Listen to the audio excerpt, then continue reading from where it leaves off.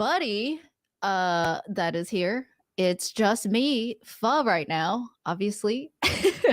So yeah, what's up? Thanks for coming, you guys. Let's see who's here. Got guys and gals, or they. You want to talk about that today? So we have quite a show. Basically, we are closing the Anti-State music video. We actually have it closing in an hour, I think, at 12 a.m. Eastern. And right now it's 41% funded, which is exciting. It's 21 backers. We're at 2,066 out of 5,000. And yeah, this one will be unique. If you don't know, this one is where we're actually going to be shooting in New York City. And if we do hit goal, we will host a little event in New York City. So yeah, that would be cool. But yeah, let's see who's here. Oh, Drew. Hey, what's up, Drew? Welcome. Let's see, Serial Child, welcome. Lombardia, welcome. Elijah, hello. Comic nerd here. Matthew, Space Goes, hello. Yeah, and for those of you wondering, where's Jack or here's Jack? He's actually going to get us some food right now. So yeah, it's 11. We actually haven't eaten since this morning at like 2. So anyway, we're a little hungry and he's gonna get some wings. And yeah. But what's new with you guys? Some things top of mind for me is I just had this conversation. I do a monthly hangouts on my Patreon or Subscribestar, either one. So there's a certain like support level that you can get. And once a month we do hangouts. And I've been doing those since I started The Philosopher back in 2016. So those are super fun. And Zach Lakowski's like there. He's been there since day one, for example. But yeah, we just had that hangouts. And one of the things we talked about, which was a fun discussion, was, the whole conversation about people using he or she to describe gender, and this whole culture that's rising that we're seeing of people being extremely sensitive about whether you call them a he or she, to the point where some people are so uncomfortable with the term he, she being applied to them and having their gender identity identified. And they would prefer to be called things like they or Z or zer. And so we had a fun conversation about, okay, what is this whole thing about they? And I started it off by saying, like, in my opinion, they is describing a collective. So just grammatically, it doesn't make sense. Why would you, just refer to yourself as a they when you know that you're either a he or a she, So I thought that was really interesting. And there was some folks like going back and forth. Like one person was saying like, no, they is grammatically supposed to be plural.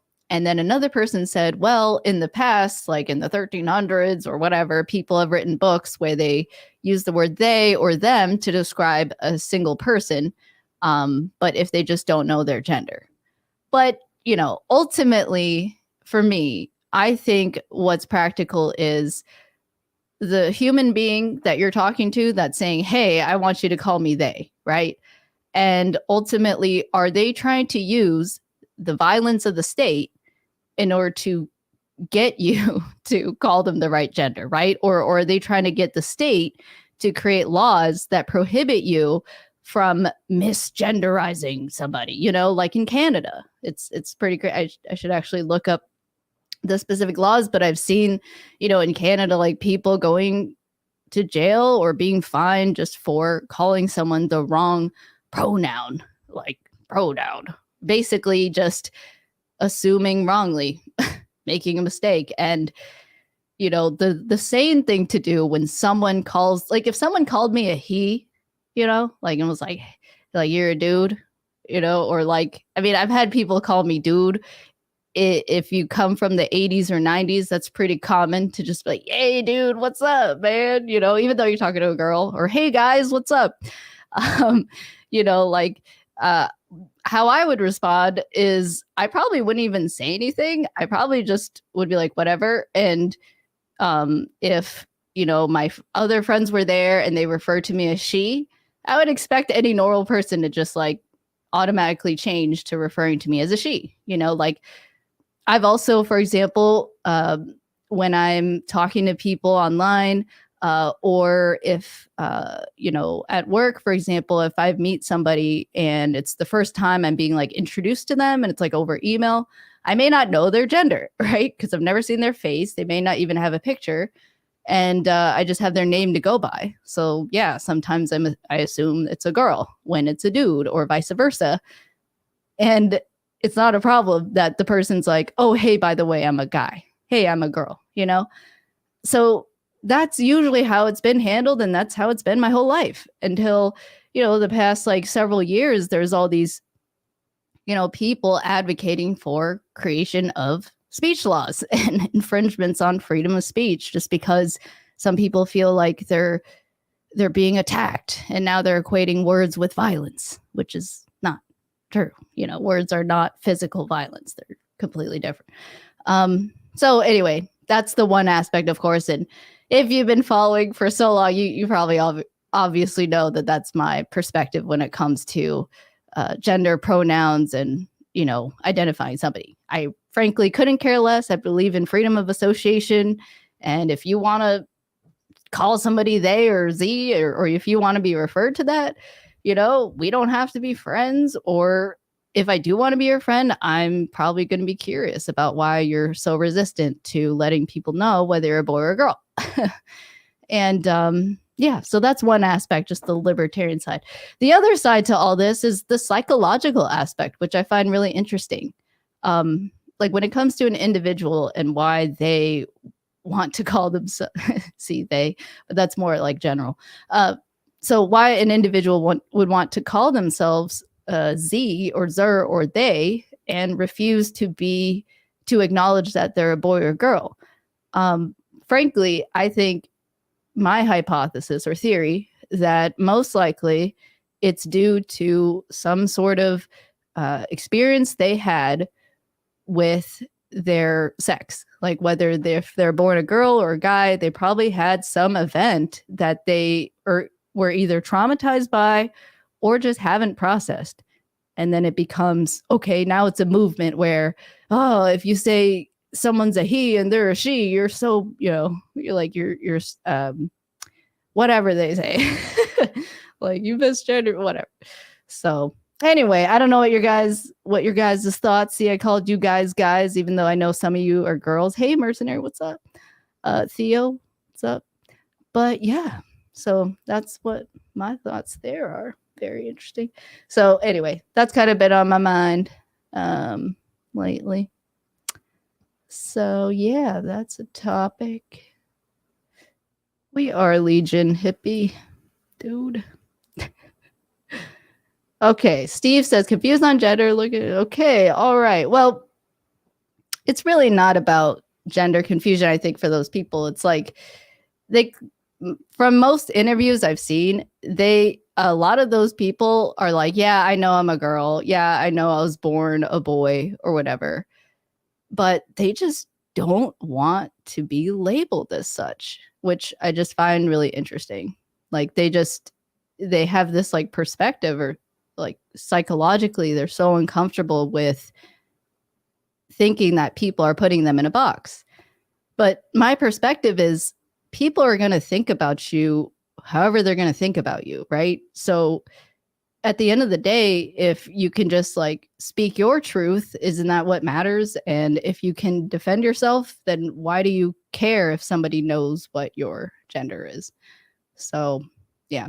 And on the flip side now, on the counter argument is, why would you want to know what someone's gender is, right? Because some of those people are like, why do you have to know my genitalia? Like if you saw the documentary that Matt Walsh did about What is a Woman, or called What is a Woman, there are some people who were like, one professor was like, why do you care about my genitalia? It makes me so uncomfortable. Like he had that. And, and ultimately, my counter argument or answer to that question would be, the reason it matters what sex you are is because that's literally how babies are made. And you need to know, especially as a woman, and from my own experience, like growing up as a girl, and if you know, like obviously, like you should know, girls can get pregnant. And if you're a guy, you can't get pregnant because you cannot make a baby. You don't have the ovaries, you don't have the, genitalia for it. And likewise, as a girl, I can't fertilize eggs, right? So 2 girls can't make a baby, 2 guys can't. So the reason this matters, and in my perspective, my answer would just be, I think practically it's important to know who's a male and who could rape you. I mean, I know that if you can defend yourself, that's one thing, but it is important to just understand basic biology, because biology does underlie certain things. It underlies sexual attraction, and it really makes a difference whether you are trying to be friends with somebody who cannot be sexually attracted to you, like me trying to be friends with another girl who's straight. It never crosses our minds that sex is a thing, right? But if you try to be friends with somebody of the opposite sex, for example, and you're both straight, well, you kind of always know there's that kind of underlying thing, there. And but yeah, so I don't know. Those are my thoughts. Ultimately, right, at the end of the day, I'm going to associate with who I'm going to. I'm going to defend myself accordingly from rapists. And I'm going to speak out against anybody who's trying to get government to create laws that would violate free speech more, So ultimately, that's, my thoughts. And it's nice to share that with y'all. Hopefully that was interesting to you. But let me know. Let me know. And if you don't know, you can see that we have ANTISTATE, this banner up here. So it says 20 plus on the campaign or super chat, and we take a shot. I'm going to say that I probably am not going to drink tonight. Like maybe I'll do one, but that's it. And but maybe you'll see Jack. But otherwise, it's all for the campaign, and there's other perks too to support. So let me show you what those are. Should I do this screen? Yeah, the big screen, or should I let's do this one. Okay. So yeah, and then I can zoom in. Ooh, nice. Cool. All right, yeah, so now it's zoomed in. Okay, so you can see this is the campaign. This is the video we made in promotion. And at the end, we actually play the song ANTISTATE, so you can hear it if you haven't heard it before. And so here we are. Like I said earlier, we're at 2,066, 21 backers. And I was wrong. I thought it was just an hour left, but we actually have 5 hours left. And let me just check. So refreshing the page. But yeah, let me keep going. So there's also perks as well. So if you wanted to get like a rolling credit, like have your name or place of business actually in the video. So wherever we share, Instagram, YouTube, Facebook, Minds, email lists, like, all the places I share, like a mad person, madman, woman. Yeah, so that's what we'll share. If you want that rolling credit, you can see, okay, let me back up. Okay, cool. So yeah, there's all different kinds of perks. There's some physical perks as well. I actually have a nice little banner here that I can show.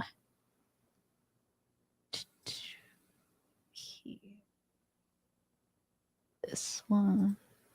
Yeah. So you can see my hands on either side. But yeah, so sticker, signed photo, t-shirt, coasters. So there's that. And then there's also screen credits. So if you want your name or business. But yeah, so that's what we're doing there.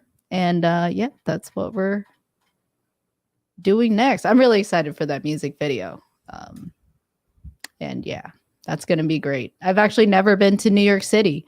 So this video being shot there, the video production company that we found was actually a friend of ours that we've had. He interviewed me a long time ago, like when I first started Philosopher back in 2016. He interviewed me like a year or two later, and he had a podcast with some friends. The podcast doesn't exist anymore, but he still has his video production company. He's made music videos, commercials, shot, different things. And he's really, really talented. And he's a really good video editor too. So personally, I'm just really excited to see what he can do. He's also really knowledgeable. He's a native to New York City. Whether I can't remember if he was born there or not, but he's definitely at least been there for at least 10 years. And he's shot a lot of videos, taken photos, and he knows like the areas really well.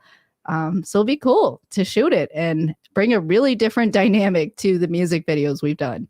So yeah, if you've seen them, like there's Tom Wood's House, there's ANCAP Grind, there's Disobey, there's I Did Not Consent, which was inside a studio. So that was a lot of props, a lot of effects. That was really interesting. That was the latest one we did, was I Did Not Consent. But yeah, so exciting. And I just want to say thank you to all the people who supported so far. It's also through Super Chat. Some of you have supported there as well, but and also on the campaign. So yeah, just thank you for that. And I'm just excited to deliver another new thing. And I really, with each music video, I try to be better. Like I try to work on myself, try to dance, do better moves, or in this case, this probably won't be much of a dance song, or music video. It'll be more artistic and about the scene setting, less about like action. It's not like a club song like Tom Wood's House. Tom Wood's House was a lot of movement and dancing to the song, because the point of Tom Wood's House is, you play it at a party and you're like, yeah, it's Tom Wood's House. Anti-State, if you hear it, it's more like it goes like dun, dun, dun, dun, has guitar and it's acoustic, and it's not really like trap. So yeah, it's gonna be more laid back. And in terms of music video style, I don't know exactly what the video producer has in mind looks wise, and Jack. They're both producing together and directing, thinking of how exactly it will look. But based on the song, I mean, it reminds me of like System of a Down. I don't know why I think of them, but like Chop Suey, or was it Aerials? Yeah, Aerials in the Sky. Yeah, their tone is very, what would you say, like you could call it spiritual or conscious. I don't know. It's just like they're singing, and yeah, it's good. So that's what Anti-State is. And yeah, I really hope that this one gets attention. Mask Order, that music video is over 116,000 now on my YouTube, and it's the most watched video on my YouTube now. And then if you look at my top videos, a lot of them are music and music video related. In fact, like ANCAP Grind has over, I think, 75 or 80,000 views. So yeah, we're just doing our best to, be creative, make music videos and content, memes, things that we can do to try and like reach out to the masses and like change as many minds as we can, really. Because I think the regular format of like, okay, for example, once a month I do the educational videos, right? And those have a place, and people like regularly watch those, and the comments are usually positive, and people are saying like they learn new information. But of course, like the medium of a music video, for example, is particularly can be more popular and easier to spread, right? Like if a song like catches on your mind, you may want to share it, or you may play that song over and over. So yeah, And it's been really fun to just try and like imbue the philosophy of liberty in our lyrics, and also just try to give facts to the masses, like especially in Disobey. That one was rich with what the heck was going on throughout 2020 through even now in some places, the mandatory vaccinations and lockdowns and quarantines and mask mandates and all that. So yeah. All right, let's see these comments. I know I've been talking, but hopefully it's giving you guys good food for thought. Whether about gender or what. Hello, Johnny. Welcome.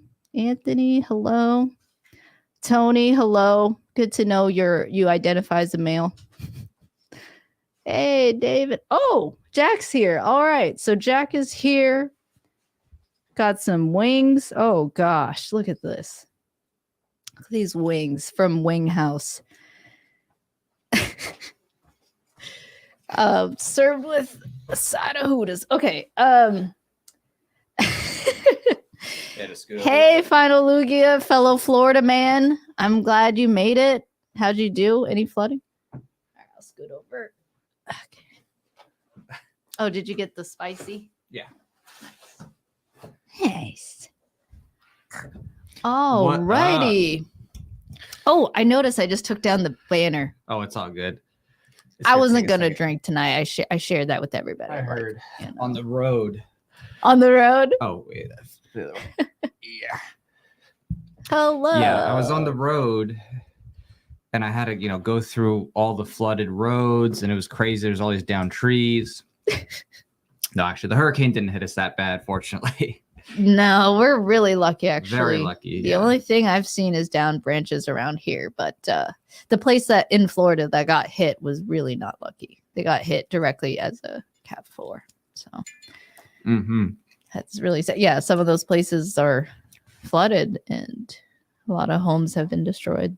Yeah. It's really sad for a lot of people who are like, if you don't have really the money to have south. A nice house that's like hurricane proof, and you just have a trailer, I mean, there was a number of houses, taken down, lots of flooding, probably hundreds, maybe it'll even get up to 1,000 people dying potentially, I think, because 1,000 could be because they just that area was so close. Oh, sorry, I can't hear you. You can't hear me at all? I can hear you now. Oh, you can hear me now? Yeah. Oh. Just a little far. Okay. Yeah, it was so close to sea level that a lot of people's places got destroyed. And I know personally a few people, they were sharing with me some of their images from their homes and stuff, like, floors flooded, stuff like that. A friend of mine, he showed me his mom's house and the garage, the cars were like up in water. They had to go upstairs. So that was pretty crazy. But yeah, definitely it's tough for people down that way for sure. Yeah. So let's take a bite. That's funny. So definitely worthy cause of supporting it. Did you watch the whole time? Watch what? Me, the stream. I mean, I had to go in, to get some food and stuff like that. Oh, it was crazy actually, because at this swing house, like, it was dead. I mean, we're talking like really a couple people. I asked the bartender woman, and I was like, has this been, going on for a long time? She's like, it has been a brutal several weeks. She said it has been absolutely brutal. And that was several weeks. Yeah, she said. So just a month or so? But even before that, a while back too, they were starting to already have people not coming out. It's just with the price of, like, because first it was the price of chicken wings going up really bad. And then I think it's just one of those, I guess you can say, extras that, people start to give up on that end. I have so many questions. So I have like so many questions about the chicken wings going up. Like, why specifically chicken? Was that related to like suddenly a bunch of like livestock being like killed as part of like a farm burning or something? Like, I know there was like about so many stories. Some type of bird-related flu in the past, but I think there's other economic things going on too there. So it's like, oh, that's funny. Elijah says, can we get some ASMR sounds of those wings? Elijah's awesome. Oh, hey, Elijah. Wow. Yeah. Oh, sorry. I didn't realize it was this Elijah. Well, you look at that handsome face. Well, right he there. said hi earlier, and I was Yeah. like, Elijah Stanfield. It sounds. I'm like, is that the? I'm like, no, dude. No, it's the other. But it Elijah is Stanfield. Elijah. Hey, from Yeah. the Tuttle Twins. Hey, Whoa, what's up? cool. This is the illustrator of the Tuttle Twins. Great book series if you have children or cousins, siblings, etc. But yes, it is now ASMR Wings, which has been converted. But I hope you like it. it's a serious sign though, because it really You have shows hot sauce you. on your nose. I'm gonna have hot sauce all over me at this rate, honestly. Okay, but just don't minus- get on the mic, not the please. Rippaverse and not- Just yeah, for the love of Sure. for the love But- of all that is technology and good. It's really showing, what's happening economically, and those who are not prepared for it, of course, are wow. the most. That gonna place be, was in always trouble. popping Saturday Oh night. yeah, it's a Are Saturday you night. kidding I was me? like expecting to be packed, and It's a bar. nobody dead. And Oh, she looked at no. me with almost tears in her eyes. She's like, Oh yeah, it's because been- she's used it's to been getting brutal. tips, right? This is the bartender. so- right. I mean, they can't, they can't do anything if nobody's coming out to drink and watch games and other stuff like that. It's a very popular, place for people to go to watch all kinds of things and relax. Yeah. I mean, boobies aside.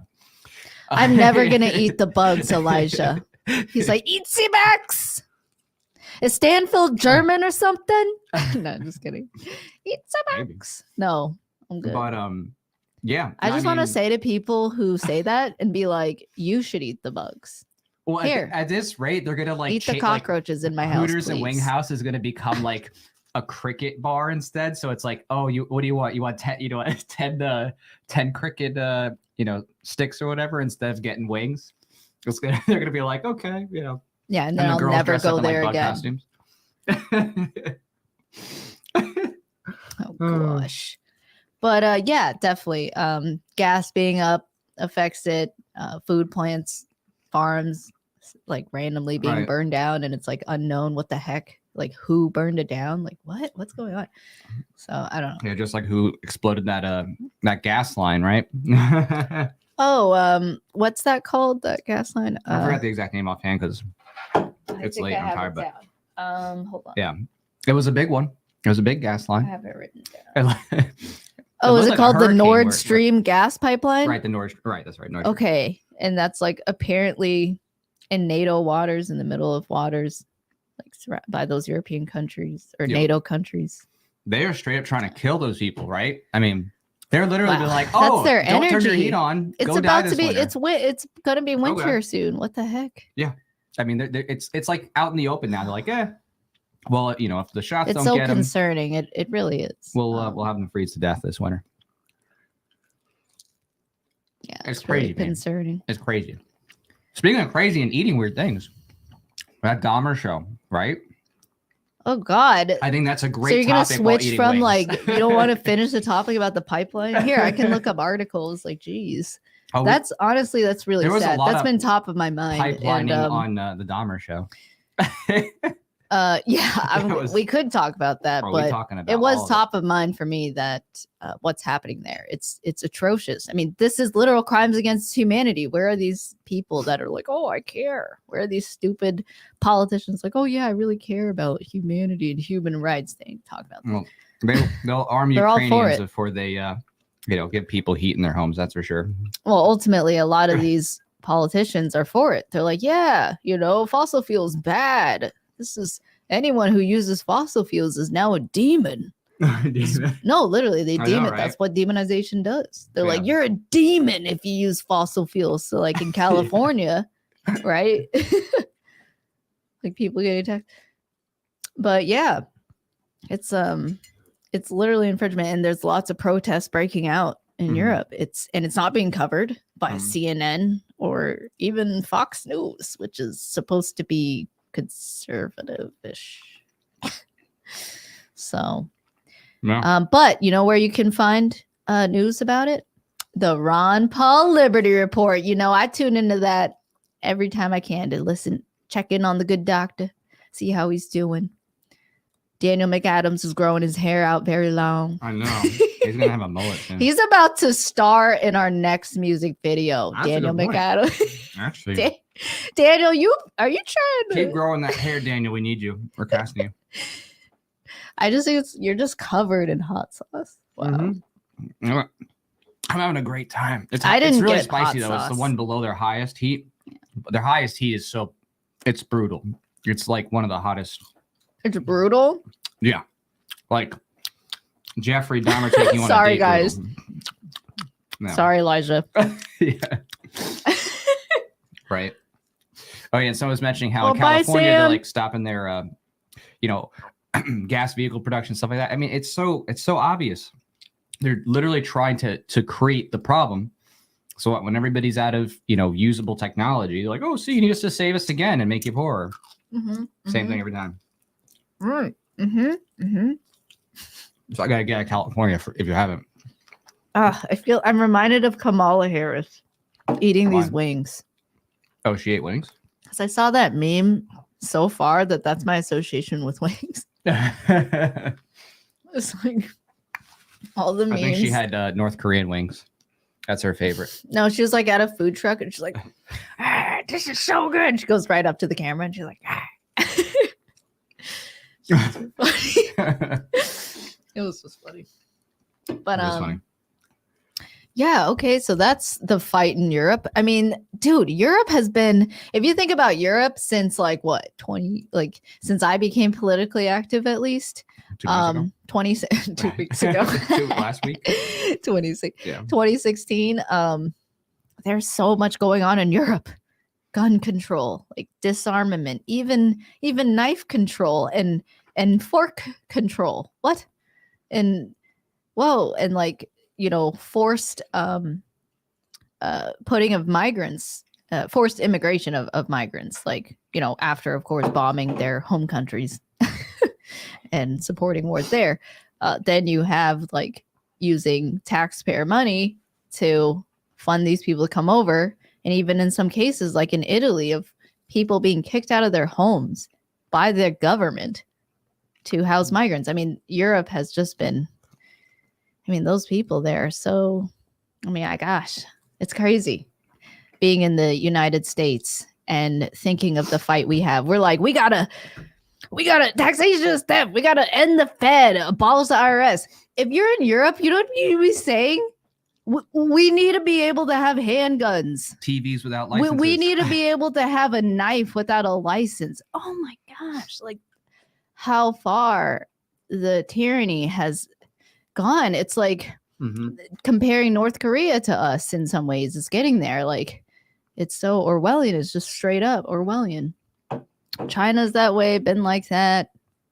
North Korea, like people around the world knew, right? For decades, oh, North Korea is so bad.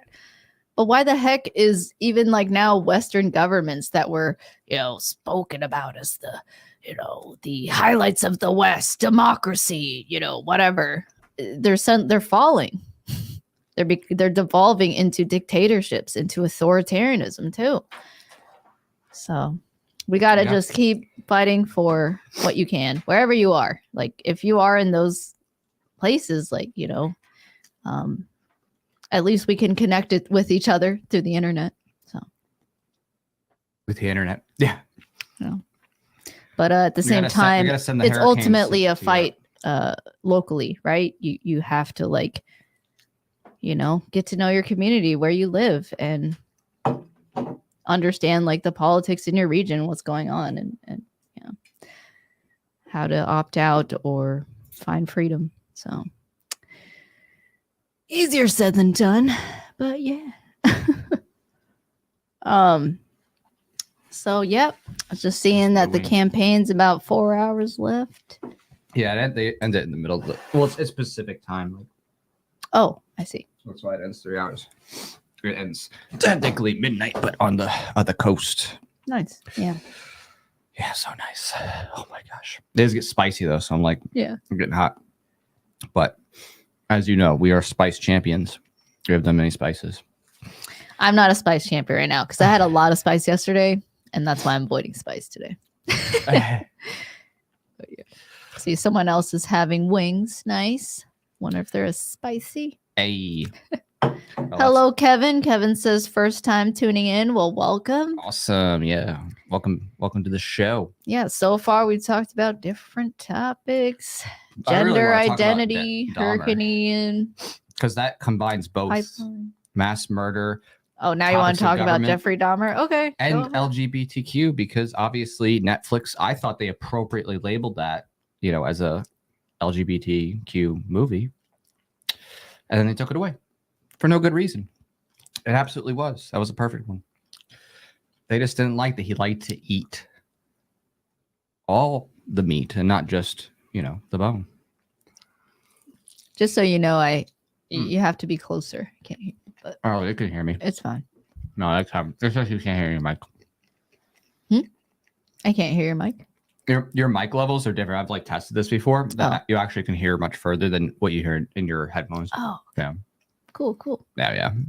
So nice. Yeah. But Kevin says pho is amazing. That's good. Oh, I think we had pho today. No, we didn't. Never mind. We had it yesterday. It had no pho. But yeah, didn't you enjoy it? Oh, no spoilers, I guess. I mean, everybody dies in the end, right? Haven't you been enjoying the There's really no need for spoilers when it's literally a show about a real person. It's an actual reenactment. I mean, frankly. What's the spoilers? Yeah, no.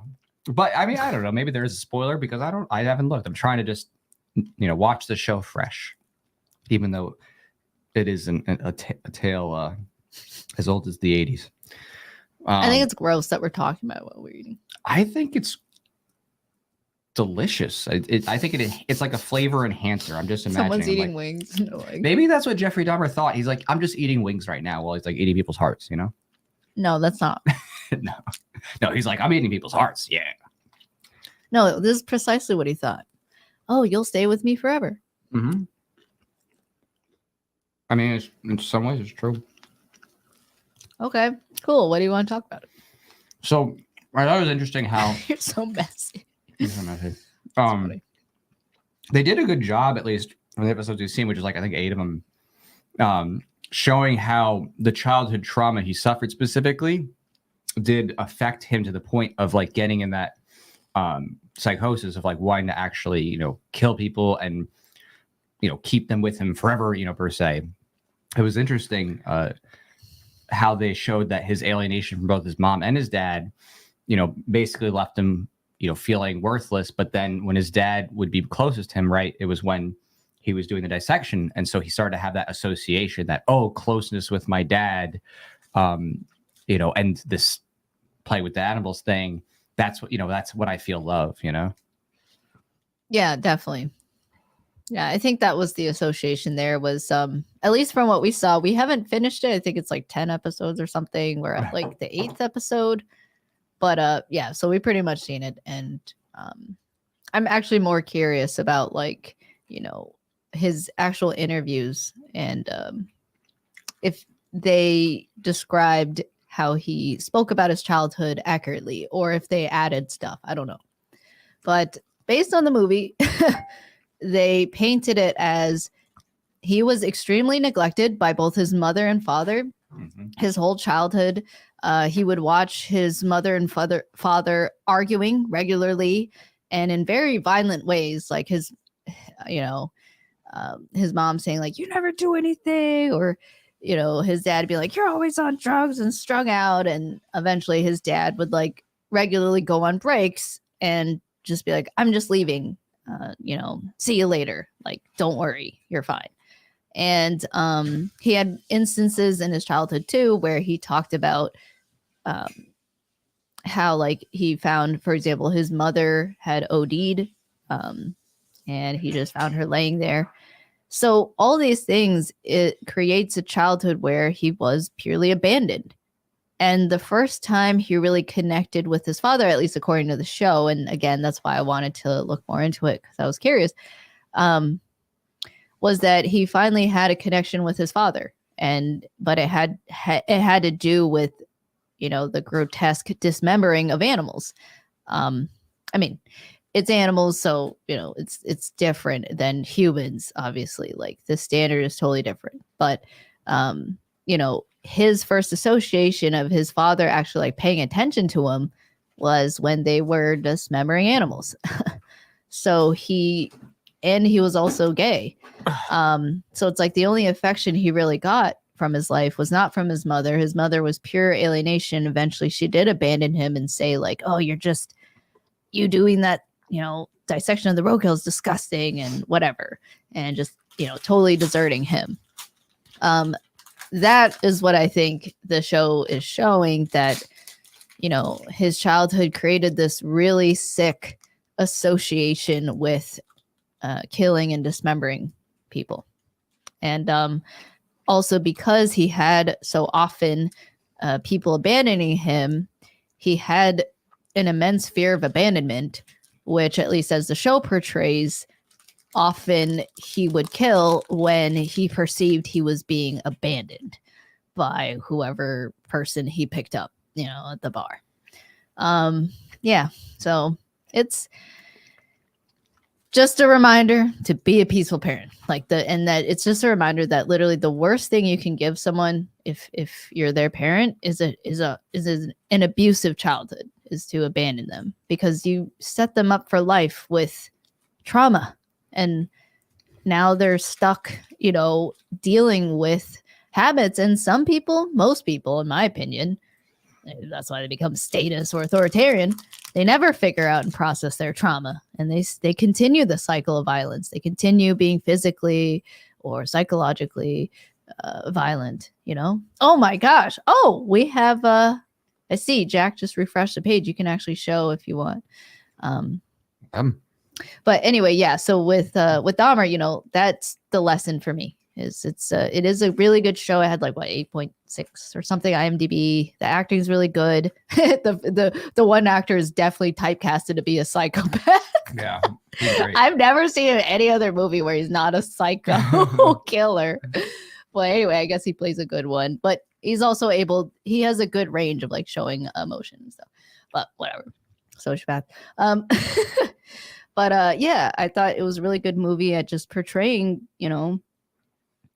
something that may not seem so harmful in the moment, like a mom, never hugging her kid, in that moment, or pushing her kid away. Like, it may seem like it's not a big deal, or telling your kid, be strong, stop crying, be a man. Like, it may not seem like that's corrosive, but to children, yes, that can create a really bad complex, whatever it is, especially if they don't even get any love, or if they get love, but it's with strings, if you have a parent that loves on you, but then if you do something wrong, that's not even a violation of body or property. Maybe you swear, maybe you say it, drop the F-bomb, oh God, but they beat you for it. That's an example of instilling in your child the message that, hey, people who love you will beat you from time to time. And it's okay. Well, great. Now you got child with Stockholm syndrome. Good job. So also want to say on the token, though, on the flip side, the best thing you can give somebody is a really good childhood. So I'm just saying, I just didn't say really good beating. No. But yeah, that's just, that was my big thoughts from the show after 8 episodes in of the Jeffrey Dahmer show. So on Netflix, the recent one, 2022. And his dad was also very commanding. He never connected with him. Everything was just not listening to him. A big part of it was he couldn't ever be heard with his family. And so because he could never be heard and he could never feel like he was in control, his way of being able to control the situation was to be okay, I'm going to sedate guys, and then I'm going to have my way with them, because he could not be heard otherwise. So a whole big complex revolving around this. And he never learned how to have an actual relationship. Right. How do you, pause, and listen to somebody and wait, and then have your chance to speak up? He never experienced that, at least from what, the show was saying. But yeah. I mean, I think that's, the evidence is pretty strong there in terms of his development. And it's just, it's a pretty clear connection that when you're not able to get any meaningful type of love, and then you're never actually heard by those around you. You start to feel powerless, and then that has its own manifestation, and angry. And then if your greatest association of the closest you feel to love and attention with your dad is in these, interesting or situations, anybody, because he didn't even get hugs from his mom. Right. He didn't get much hugs from anybody. So, the closest he ever felt to that kind of connection moment was tied to, dissecting animals and playing with them and stuff like that. Mm-hmm. They start to come together, and over time he got to a point where that was his highest high in existence was being in power and control over somebody and exploring their body forcefully. And of course, like the whole like laying with the mannequin thing, which was real, like that was actually, real from his life. That whole idea of just wanting to have that idealized intimacy and control that he never had. So, because you've actually studied Jeffrey Dahmer before the show. I didn't really. I studied Wikipedia real hard, and I watched a few interviews. But okay. So, but yeah, I thought the show did a good job portraying a lot of those, fairly accurately, at least incorporating some of the real history there. So that was pretty wild. Mm-hmm. And you're saying about the mannequin though, he would just lay with it, right? And lay on its chest. I don't know what else he did to that mannequin. I wasn't there, but right. I'm sure, I'm sure he did things that we don't want to see. Well, I thought the laying on the chest was, it's very symbolic of like what happens when you're a child. Right. Your parents have you lay on their chest. Your mother and your father. I mean, a loving parent, like parents who are there for you, will have you lay on their chest to soothe you. Right. He was self-soothing. He was like, I love listening to your heartbeat. While these people are like, I'm drugged. Yeah. It's horrible. But he was forcing others to give him what he wanted. And that was the problem. He wasn't asking for it. It wasn't voluntary. He was just sedating them, drugging them, some of them children. Ugh. And yeah. So they actually said on Netflix that they're going to open up a restaurant. What? Named Dahmer after the show. Are you joking? Because they were just going to make these really delicious, killer sandwiches. Yeah, no, I'm just kidding. No, they're not making it. That would be Jack's ridiculous. Getting ready with his dad jokes. You got to get ready with them dad jokes. So, but yeah. So Elijah asked before, he said, "Are you going to touch your new comics with those sticky fingers?" No, I clean my fingers. Problem. No, I'm not touching that. These are special. Did you wash your hands? Yeah, I wash my hands right. Okay, good. I know many people are waiting for this unboxing. Oh yes, do it.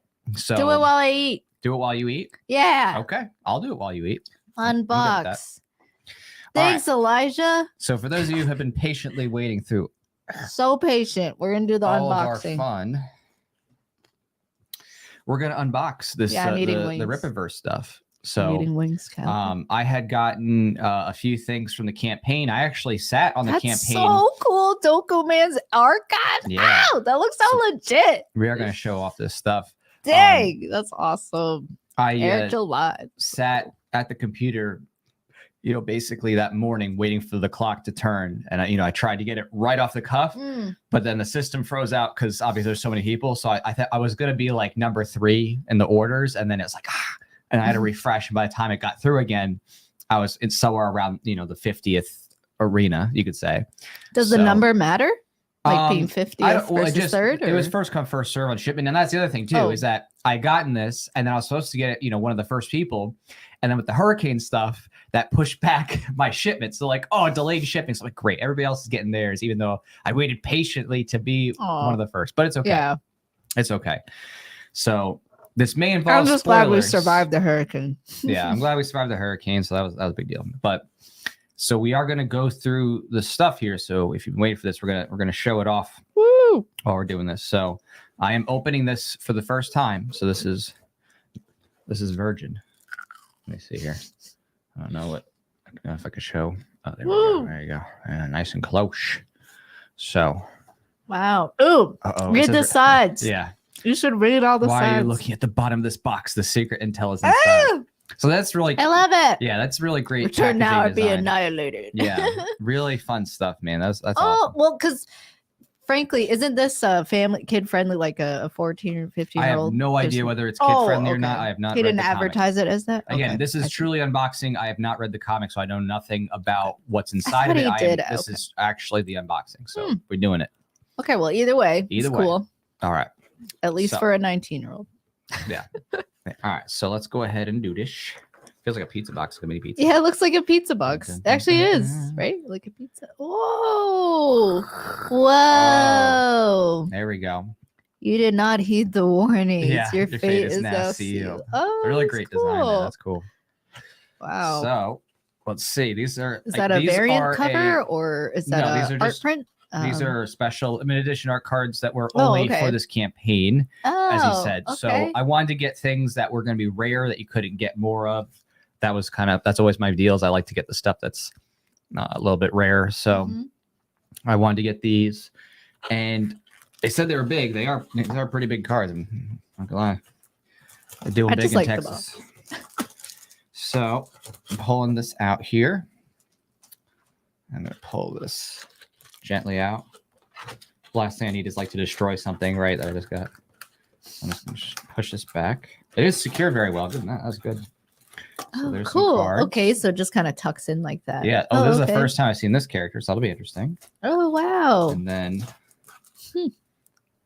Brian Solari, I guess. So that's it. There's nothing else behind it, at least as far as I can see. Wow. So no missing money. Okay. So I'm going to open these up and we'll look at them and see what they say. Cool. Okay. All right. So I'll start with the top. So the top one is, let's see here. Oh, okay. There we go. That's the close one. Is the ISOM card. So I'm going to open. So is that how you say ISOM or ISOM? No, it's ISOM. Oh, ISOM. Like the lowered I. Oh, that sounds like your eyeball. Yes. All right. So this is no longer, mitten box. So I can't resell this anymore as a mitten box condition. I thought about getting more one, but I'm just. Okay. Oh, it's got a thick set of cards. So let's see how this gleams here. That's really neat. I'm not going to touch it because my hands are dirty. Don't touch my collectibles. No. Okay. So with each card, it's supposed to have stuff about the universe in the back. Does the art change depending on the angle? Is it one of those? Let's see here if you can. Yeah, I mean the front's supposed to be reflective. So I'll see this on the back. It says real name Avery Silman, height 6 foot, weight 200 pounds, birthplace Flores Park, Texas, first appearance ISO number 1, April 2022. It says this man is one of the most intriguing subjects I've been keeping tabs on. Though he is from the city, he currently lives in Shadow Valley on his own ranch that has many workers. He is clearly an accept, but I've not quite figured out the origin of his powers. The suit that he wore has a symbol on the waistband that seems to change colors, but I don't quite know what it means. There was a moment not too long ago where it looked like he retired as a tire and decided no longer favor the life of fighting criminals in Flores Park. Is he back? It's hard to tell, but his abilities have grown unlike anything I've seen before. If this keeps up, he'll be one of the most powerful beings on this planet. Power observation. I do not know what his powers actually are. What I do know is that he's very strong and has only gotten stronger. So I guess this is Dokuman musing on the back because you see this is the main character, isn't it? So this is the main character of that first issue. So so he's a Texas man. He is Texas, yeah, and he has workers on his farm. So neat. Yeah, so it's got a nice little reflection. This is a cool concept. I like knowing the background. I was actually trying to look into this, like how to make one of these, and looking up on different places, but I couldn't find exactly anybody who had something like this. That's amazing. I love this. I love that it's not just an art card, but you actually get like a nice summary of the character. Right. That's so cool. Then we have Yaira. So. Okay, she was really popularly cosplayed, of course. Very popular, yes. The girls are like, oh yeah, Yaira. Okay, that was a good decision with that design, Eric. Was a good decision. So it says real name unknown. She's gone as several names. Height 6'3", 215 pounds. Wow, so she's bigger than Isom and heavier. What? Really? Yeah, birthplace unknown. She's can't be taller and bigger first than appearance Isom 1, April 2022. Huh. Yeah. So that's pretty cool. Whoa. And then Dokumon says her age is eluding me, but she does appear ancient, perhaps more so than I have. Wait, what? Perhaps so more so than I have. Maybe they meant to write I am. I don't know. I've been keeping up with her longer than any other subject. She has a knowledge base that exceeds those who appear very elderly. She's an archaeologist in occupation, but she's most recently been a consultant for Projexis as a biologist. Has 2 lifetimes worth of study, and that's how I know she's older than what she appears. She doesn't have any known allegiances, and she certainly isn't a hero. Every relationship seems short-lived and tactical. I've seen her kill small armies of men, yet she doesn't quite seem evil. Either way, this woman is dangerous. Power observation. When her powers are activated, her hair. Wait, so her relationships are short? I guess so. She must kill whoever she hangs out with, I guess. Okay, so she's on the hot crazy matrix or something? She like really up there then in the hot crazy matrix? Like yeah. She's really dangerous. So it says her powers are activated, her hair and fingertips turn bluish, and she has constant whirlwind that surrounds her, which could explain her flight. Icicles seem to grow from her pores. Ooh. Interesting. What a unique character. Wow. That's cool. Toby Moore here says, you need to take a shot. You're right. Sorry, you saw my food there because you made me laugh. I do need to take a shot. So we'll take a break. We're gonna do the rest of these cards, but all right, fair enough. I do need to take a shot. Oh, yes. We did get support the campaign. You're right. So all right. I guess you're stuck with ASMR chicken wings.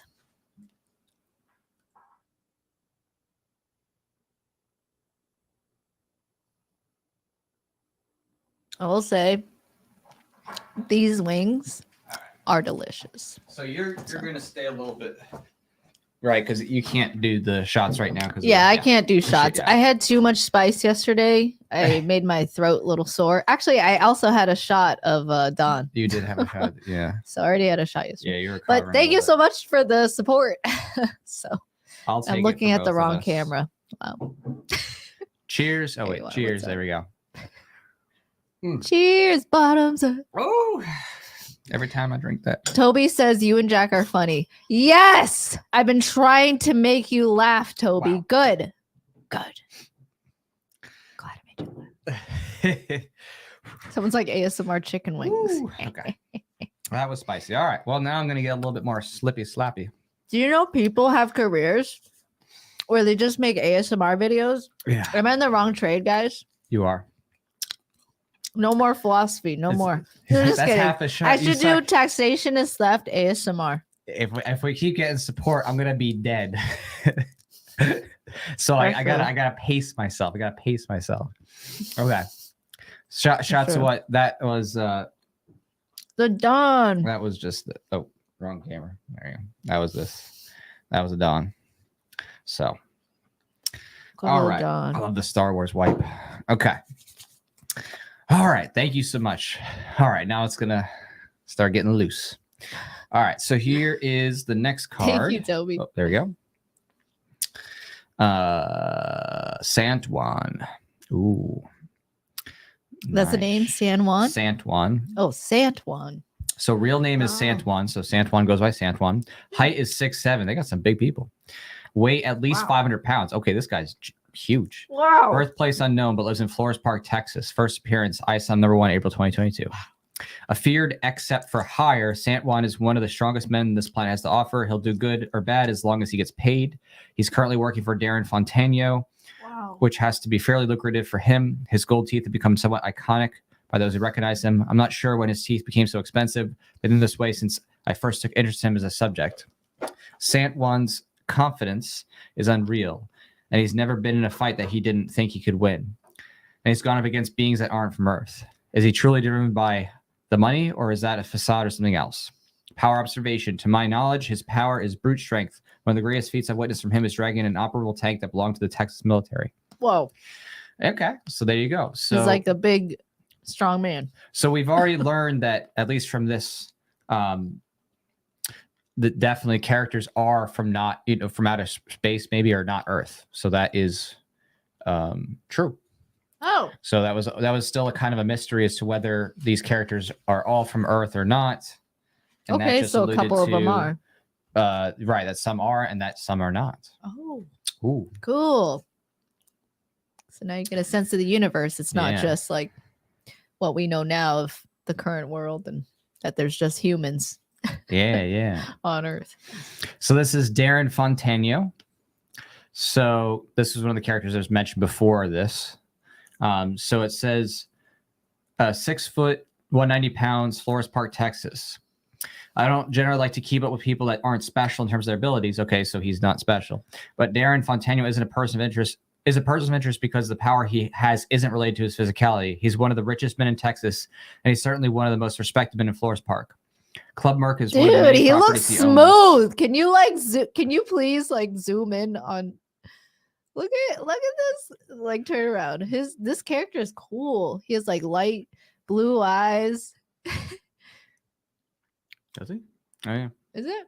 Like it looks like blue. Maybe black. I'm not sure. Or light. There's but a really to cool it. character. There's a shine to it. Okay. Is he from planet Earth? Because he looks like it. Yeah, I think so. So it says cool. Club Merc is one of the many properties he owns, and I've seen some of the world's biggest shot callers make appearances there. Other gangsters rarely disrespect him and even excepts fear him. The scary thing is that nobody knows why he has amassed so much power. What are his motives? The day he has political aspirations or the day he fully controls this entire city. For a guy with such a questionable moral compass, you wouldn't believe it if you hear the way people discuss him. Power of salvation. Local police let him do whatever he wants. Local politicians praise him as if he's a humanitarian. So obviously some crony gangster person. Oh. All right, so that's the first set of cards. Cool. So that came in its own little bag there. So that's cool. So this is actually giving us some background to this. Fun. Yeah. Before you even open it. Yeah. The comic, I mean. Yeah. Okay. Now I don't know how to get this back in safely. Oh, someone at TZ said, "Hey, Jack and Fug, glad you two are okay after the storm." Thank you. Yeah. Luckily I think we only got hit by like a tropical storm. I'm just gonna give up. Pretty much. No, we got hit by like a Cat 1 though. Oh, you think Cat 1? Definitely. Oh, wow. Okay. I didn't see any flooding, but it was a lot of down trees. Lots and lots of, not trees, I'm sorry, down branches. Lots and lots of down branches, but yeah. I don't know. I don't think anyone died near us though. It didn't get that bad. No. But, I mean, people probably died, but just not from the hurricane. Yeah. Old people died. Yeah. But not from the hurricane. Okay. So now we're getting to characters that I have not seen before. Oh. So Lillian Ronashi. I'm gonna guess Ronashi. So okay, another character. Okay. Are these the evil characters? Is it split up that way? I have no idea. Not until I read it. So it says Lillian Ronashi. They're getting shorter. 5'7", 125 pounds. Birthplace unknown. Says though her lineage traces back to Japan. So we got weeb fan service. Ooh. It's hard to nail down exactly where she's from. With her partner, Michael Copper, she goes city to city attempting to obtain wealth and power. Most of these attempts have not been successful, but it isn't for lack of trying. She's an except that has some sort of purple magic-like power. I've yet to see her use her abilities to attack others, which is part of what makes her interesting. Both her and her partner have recently settled in Flores Park, Texas. Considering her line of work, she'll inevitably come into conflict with Darren Fontano, which is something I must keep an eye on. Power observation, she's very observant, and her powers seem to reflect that. With her magic, if that's what it is, I've watched her mold and project a very detailed layout of the building for visual purposes. Okay. So she can project her power into forms. Cool. Interesting. Okay. I can see that character being cosplayed too. Yeah, I mean, they're really pumping up the characters. Okay. So this is Michael Copper. Wow. Michael Copper. Oh, another tall one. 6'1", 175 pounds. Birthplace, Central Tennessee. He seems rather attached to Lillian Ronashi. There we go. Legal Club. I was literally about to say that. Is that what you I don't did, know if he's July? libertarian, but You're getting ready for Legal Club. Oh my god! But their relationship isn't a romantic one. Mr. Cooper has had very successful businesses he's found in the past, but he always sells them when they become profitable. As savvy as he does not need his partner. This is what makes him such an interesting subject, as his true motives are masked. The thing that sticks out the most would be his skills in hand-to-hand combat. He does not look like it, but this man is an incredibly talented fighter. Where did he learn such a thing? Sure, he's an except, but his abilities do not look to make him physically stronger. Ooh. Power observation, his eyes light up green, and his powers are related to his vision. I know that he can see great distances and beyond certain barriers, but something tells me that isn't all he can do. A little tease there, teasing. That is teasing out here. By the way, what's that ghost character that's doing all I don't know. We got to wait and see if maybe Dokemon gets his own character. I don't even know. Huh. This is all new. We're exploring this together. This is an unboxing. Cool. We're unboxing and seeing what's going on here. I know. I love it. So Braxwell. Looks like one of them green guys. All right. So known simply as Braxwell, he's the more silent member of the Alpha Corps, right? Considering his demeanor, one could wrongfully assume he's emotionally distraught, but this is just who he is. He's about taking care of business. His addition to the Flores Park Police Force marked the creation of Alpha Corps. Oh, okay, so he's a cop. According to my records, he was just a normal local kid with aspirations of being a cop. At some point along the way, he gained new abilities, which slightly altered his trajectory. Each member of the Alpha Corps has a uniform they individually selected, although I do not understand the specific point of the helmet and visor of Brackwell. Power observation, he possessed the ability to fly at a speed that even rivals his colleague, Brian Solari. His raw strength isn't particularly special, but he does have tremendous durability. Okay. So there's one of the 3 Alpha Corps. Cool. Okay, and CJ roasting. Okay, got it. Awesome. Yeah, because that's Kirk. Oh, cool. Yeah. Okay. We got another Alpha Corps, I think. This is Ingrid Valdez. So 5'8", 150 pounds. Nice. As both the newest and youngest member of Alpha Corps, Ingrid is the least experienced of the team, but she has the most unique ability. She's been very secretive with how she's obtained her powers. There's no evidence that she ever had them throughout her childhood. A former powerlifter, this woman is no slouch physically. She was handpicked by Braxwell to join Alpha Corps after running with her during a mission. Many people make the mistake in assuming that it's her suit that gives her abilities. I'm not exactly sure she even needs it. Nonetheless, she's the one member of the Alpha Corps that cannot fly, which makes her an odd addition. So she can't fly. The public calls her a wirecaster, able to extend green color energy. She depends on this ability not just for various attacks, but for traversal as well. So that's why she's whipping around that green energy. Ooh. Cool. I love how all the characters are so unique and backstory wise. These are cool. It's got a nice sound to it too for the ASMR people. Yeah. Looks wise, it's really cool. I love all the characters. It's a really cool way to have the characters and stuff. The artist did a great job. Very inspired. It's very cool. Yeah. All right, this is the last set of cards in the deck. So this is the last of the Dokumon's archives. Let's see what we find. Okay. Hear that new crinkle. Okay. The head guy, Brian Solari. So there you go. The head guy? The head of the Alpha Corps. So Brian Solari, 6'4", 245 pounds. So this guy's stacked. Brian Solari is the clear and obvious leader of Alpha Corps, a veteran of the Great War of Separation. Oh, I wonder what that is. His journey started with the Texas military, the result of a rather successful experiment. He completely changed the tide of the war with the tactical use of his abilities. After the war, he settled in Flores Park, where he became the primary response agency for all threats that were XEPs. Realizing that he needed a team, he recruited Braxwell, and this marked the formation of Alpha Corps.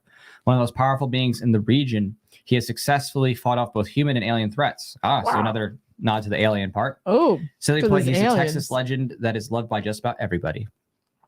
Wow. So power observation, absolute powerhouse. All I'm aware of is that he has incredible raw strength and ability to fly. So far, there's been more than enough to get the job done. Okay. So now we have this idea that, there's definitely alien threats, that is extraterrestrial threats. That's an issue. There's some type of war separation, which makes me almost think is that a secession nod or something? I don't know. That'd be interesting. Ooh. Right. Oh, now we're getting to some characters that I have not seen. So I don't know how to even say this. Is it Validin? I don't know. It's never seen this before. So he's 7 feet tall, weight's unknown. His birthplace is Asgore or Asgoror. Sounds like Asgard, but Asgore, I don't know. When I first visited Earth, the stories of mythical and ancient lore fascinated me. Most of them are completely made up, but once I found out about the existence of Validin, it confirmed that some are indeed beyond just tales. I must be one of the few beings who are aware of his true identity. Amazing thing is he's not hiding. He's currently the frontman of Norfrica. So it's like Africa, but instead of A, it's N-O-R, Norfrica. And has one of the most powerful voices in music. Their guitarist, Takari, is also special. Their powers often activate as they're performing, but people just think they're massive men using props on stage. Instead, these are gods that walk among regular people. Why are they here? Why are such distinctive beings touring the world as musical artists? Oh, I don't know. According to mythological text, he relies upon a bow and arrow. I assume that his glowing eyes has something to do with the relationship with the bow. So there you go. Definitely some otherworldly being who's hanging out playing music on Earth. Oh, by the way, can you help me out? Can you take off my headphones? Yeah. Okay, thanks. Yeah, you got to wash your hands. Yeah. All right. The last card of the deck. And then when you're back, we'll open the box. So Takari. So this is the person who's just mentioned in the other one. So he's also 7 foot. Weight's unknown. Birthplace Mauritania. It says alongside Valadin, Takari is an ancient man. Unfortunately, the documentation of his existence is rather inaccurate. He is assumed to be a god of vengeance among those that worship him, but this is not true. He currently is the lead guitarist for the band Norfolka. Those who are familiar with his music often consider him as one of the greatest guitarists of all time. He plays notes that shouldn't be possible, and I assume this is related to his ability. Only in pockets of Africa are they at least knowledgeable of his existence. Again, what they know of him isn't entirely truthful, which allows him to simply walk among everyone else. His fans assume that his black eyes are contacts, but that clearly isn't the case. Should he decide to showcase the extent of his power, I fear for this planet. Power observation. Whatever he does with his fingers and hands seems to activate various things, but this isn't mere magic. This is something else. So there you go. The last of the character cards. So that explains it quite well, that at least with the Rippaverse concepts, and that was something I was wondering about, is to what extent were the Rippaverse characters just going to be based out of Earth, or were they going to, be extraterrestrial, stuff like that? So now we're starting to see where this might blend between, multi-world, maybe multiverse, some type of superpowers, maybe magic. So it's got a little bit of everything. So Elijah says, it looks like Texas succeeded. They definitely did succeed. They definitely succeeded. I know, right? Everyone there's from Texas.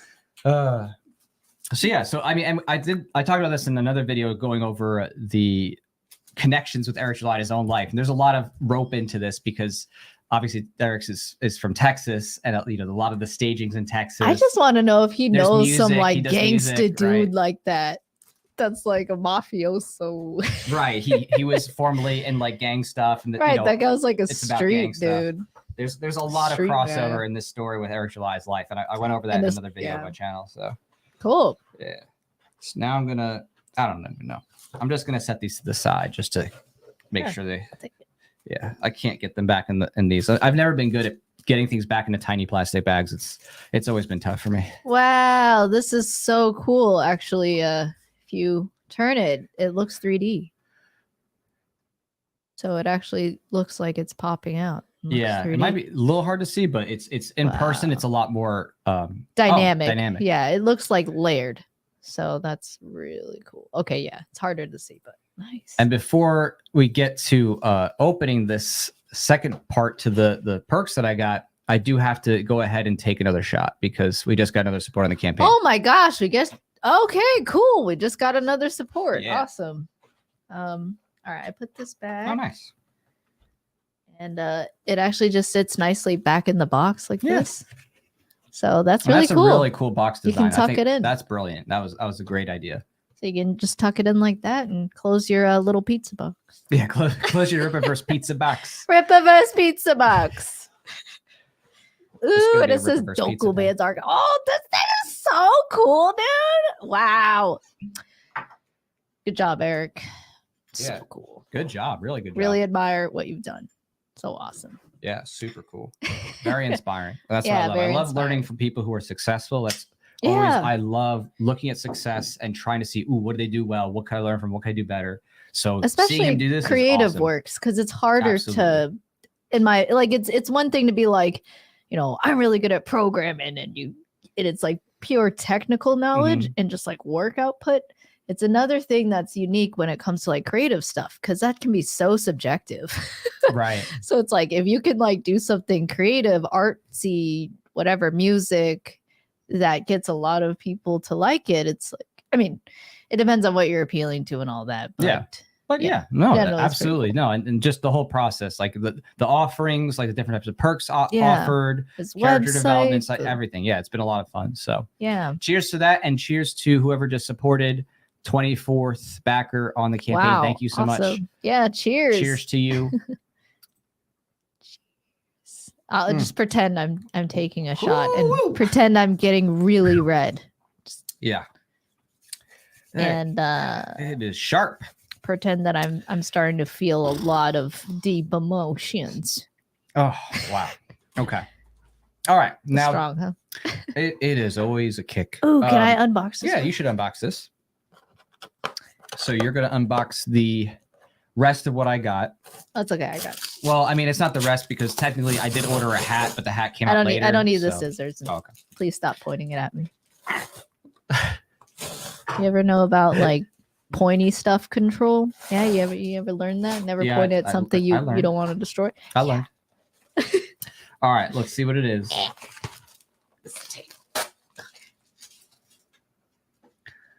Just check to make sure there's no like PID in there. Cool.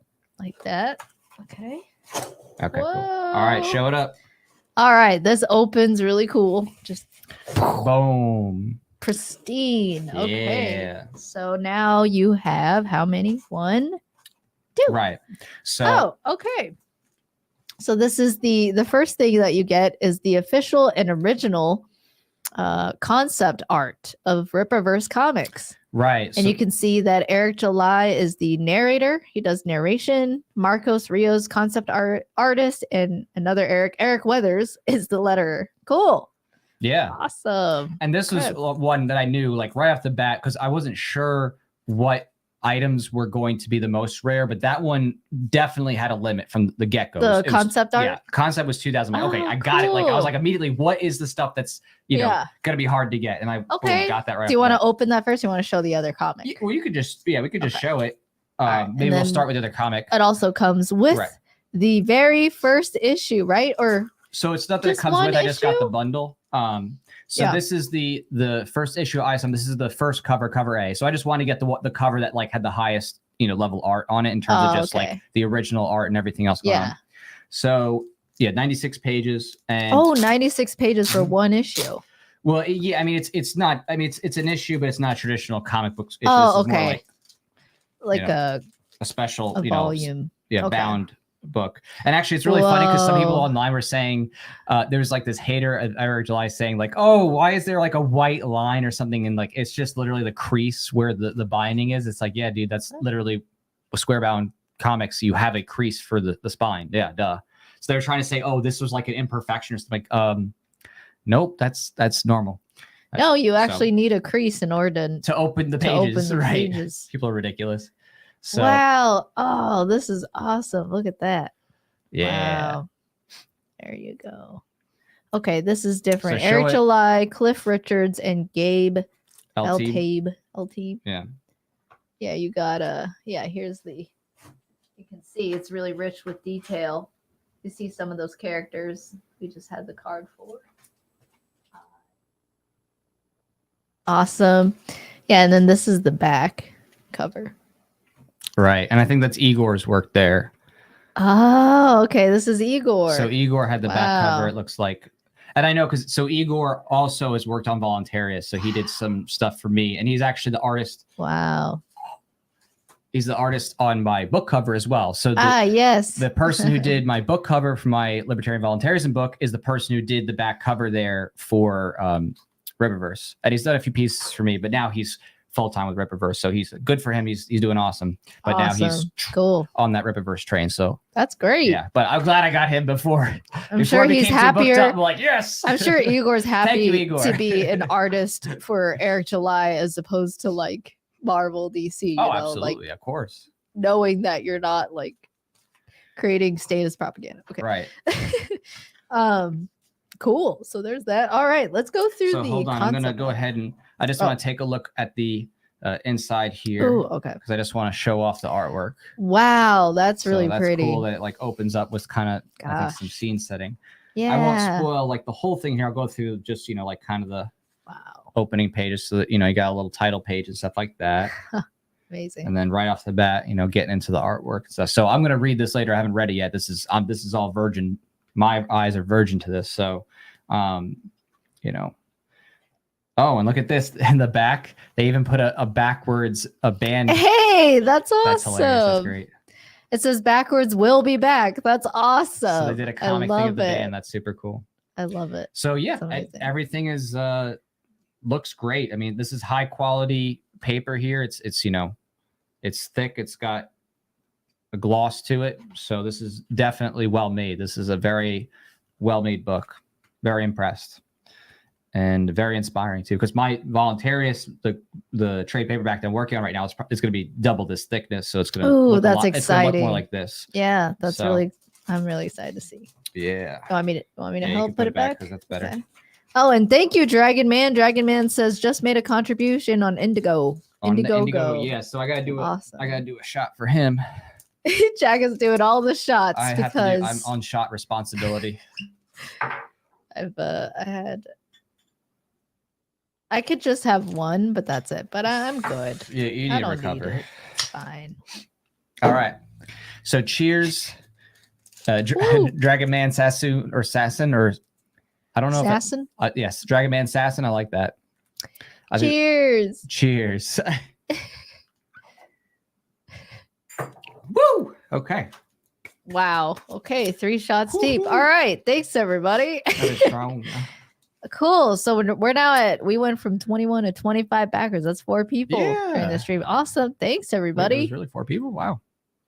Did I miss the others that I didn't drink before? Because I've only had 3 drinks. Oh, maybe it's 22. I must have counted wrong. Okay. I thought it was 21. Okay. Yeah. Oh. Cool. Yes. Oh, hey, Imperial Guard. Welcome back. Yes. All right. So that's awesome. I cannot wait to just read through this. I'm excited to read through that. I'm pounding through that this weekend. That's awesome. So cool. And now the real. Ooh, the concept art. The rare. The official and original. The rare stuff. Okay. Let's open this up. So you got the here. Okay. All right. There we go. Beautiful. Yeah. I like how they pack it because they put this really hard card. Yeah, they have the cardstock back. Yeah, everything's really hard. Really hard. Really. So just make sure to keep it, nice and hard and crisp. Exactly. Okay.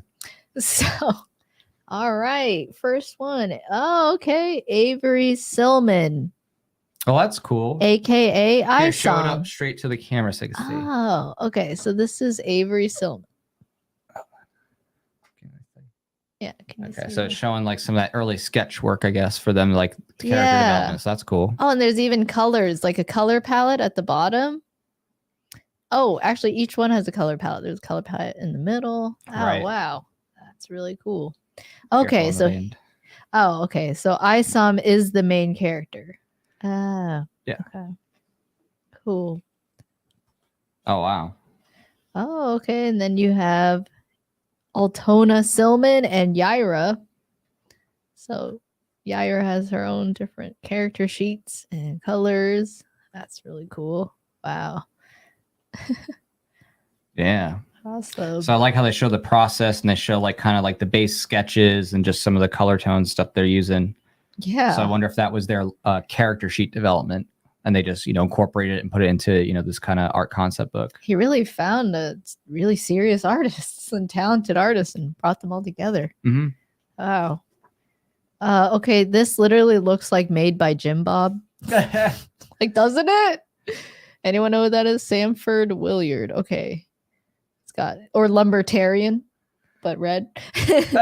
No. Cool. No, I know. Okay, neat. Wow. The security. Okay, he was on the cover. This guy. Murrow's security guy. Santuan. Yeah. Yeah. You want to go through it? Oh, no, it's all good. I was just, helping to hold it up so they can see. Oh, okay. So go through. Yeah, so I'm not going to go through all of the details. I'm not going to read through everything, but, showing off the different characters and, just showing what they did inside here is cool because this is very limited. Not everybody was able to get this. So, just showing off really quick what was inside of it. It's kind of fun. I like there you the go. descriptions at the all top. the Cool. character sketches, the initial ones. So it definitely looks like probably work because a lot of this stuff is flats. So flats just means when you use like a single tone of color for some of these. But and here we go. Someone said I'm a little too good at opening things. What does that mean? Dokuman. Oh, that's Dokuman. Actually, can I read this? Yeah.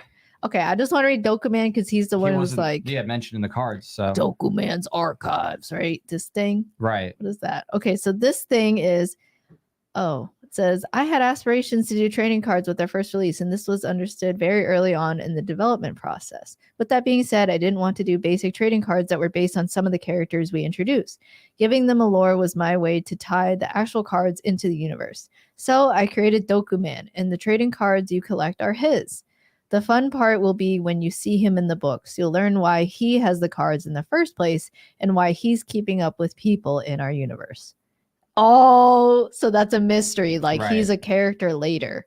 I told Marcos that I wanted them to be mysterious and cosmic-like, and this was the awesome design that he came up with. Awesome. That's so cool. Yeah. Yeah. Let's see if you're just as good as putting it away as you are taking out. Okay. I mean, all you gotta do. Dun, dun, dun. Okay, guys, all you gotta do is just flip the side that's sticky. Right. Okay. Okay. Oh crap. There's another side that's sticky. Never mind. That's Need hard. help? No. And then you open it. You open the slit and you put the thing in.